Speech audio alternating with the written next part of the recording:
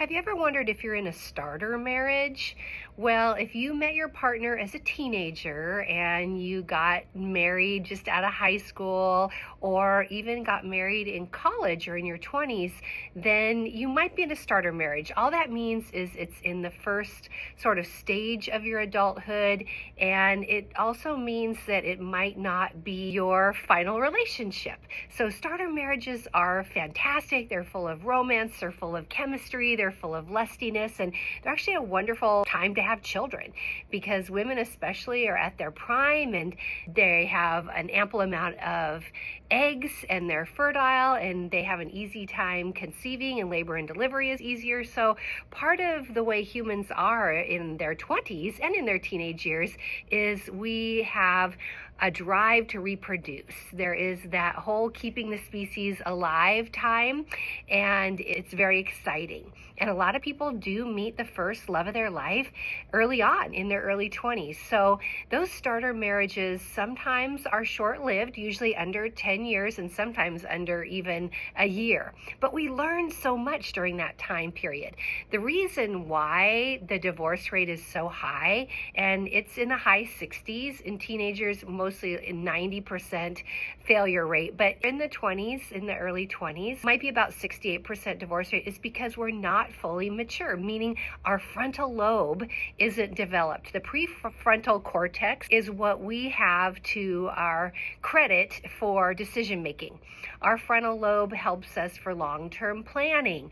It's our stability. It's our emotional stability. It's the way that we can see the future and what the consequences and benefits might be.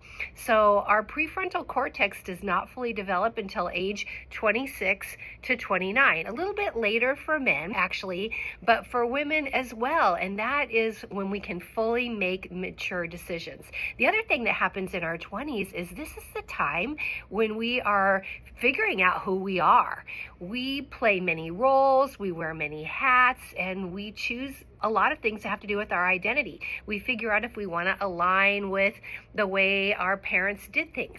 And that might be the same religion or denomination. It might be the same political party or a different political party. You might go from being a meat eater to a vegan. You might go from becoming a Democrat to a Republican, or being a Methodist to a Catholic, or a Hindu or a Buddhist. The 20s are also the time that we figure out what our gifts and talents are for future careers. And that means our finances and the type of lifestyle that we want to lead and have. And all that gets figured out in our 20s. Now, people that get married in their 30s have a much better percentage of or chance of making it. Meaning people that get married in their 30s actually only have about a 35% divorce rate, which tells us that their prefrontal cortex has matured, that they have an understanding of maybe what their long-term goals are and who they are as a person. So if you think that you might be in a starter marriage, no judgment, wonderful things come out of that, and for sure growth and a lot of lessons. But the longer you can wait before you get married, the higher your success rate will be.